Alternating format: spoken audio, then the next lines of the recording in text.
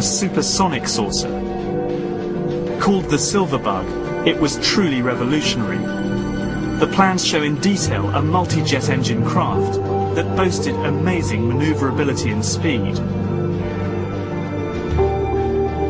It's an intriguing thought that this concept may tie in with the work of the German scientists who brought saucer technology to the US at the close of the Second World War.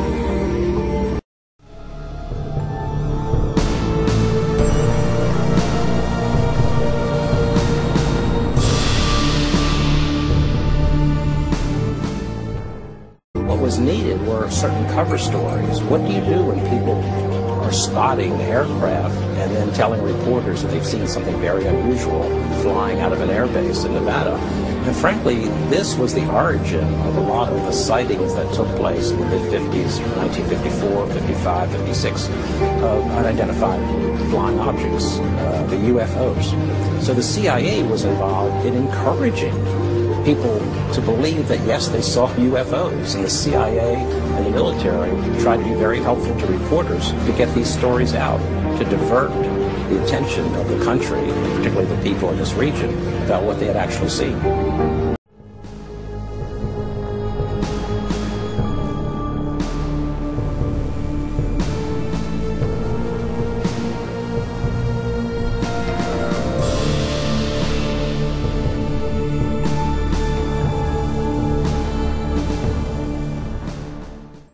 Mexican Air Force pilots capturing on videotape what are said to be 11, count them, 11 UFOs. The Mexican Air Force has released a video that some of you are going to find difficult to believe. A journalist says it shows images of UFOs tracking a Mexican military plane. So what's the truth about UFOs? The story of successive attempts to develop radically new forms of flight, conducted under the strictest secrecy, is inextricably bound up with our relationship with UFOs over the last 60 years. Whether it's Allied pilots buzzed by strange balls of fire in 1942, or the Roswell incident 5 years later, there is a strong case to be made that secret military technology offers a convincing explanation for many UFO stories. Anytime the government has secrets that they can keep from us, they can manipulate us by those secrets. In essence, they still remain 25 years at least ahead of us in technology, information, and knowledge, and secrets, and they are using them against us.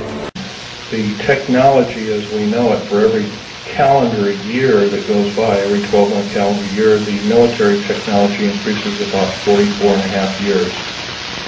This is why it's easy to understand that back in 1943 they were able to create through vacuum tube technology, a ship that literally disappeared from one place and reappeared 400 miles later in another place.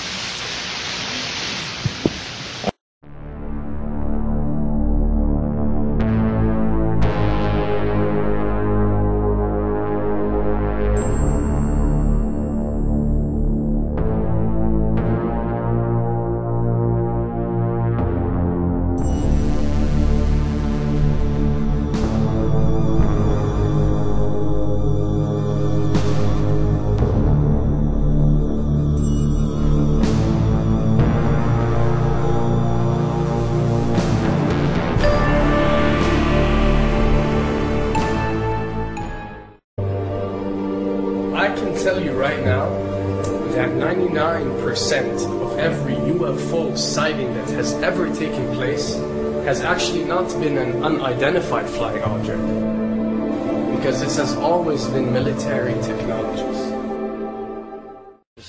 I was introduced to the late Dr. Wernher von Braun in the U.S., the father of rocketry. In my first meeting with him, during that first 3.5 hours, he said to me, "Carol, you will stop the weaponization of space, because there is a lie being told to everyone that the weaponization of space is now first being based upon the evil empire, the Russians, There are many enemies, he said, against whom we're going to build this space-based weapon system, the first of whom was the Russians, which was existing at that time. Then there would be terrorists. Then there would be third world countries. Now we call them rogue nations or nations of concern. Then there would be asteroids. And then he would repeat to me over and over. And the last card, the last card, the last card would be the extraterrestrial threat. As a military...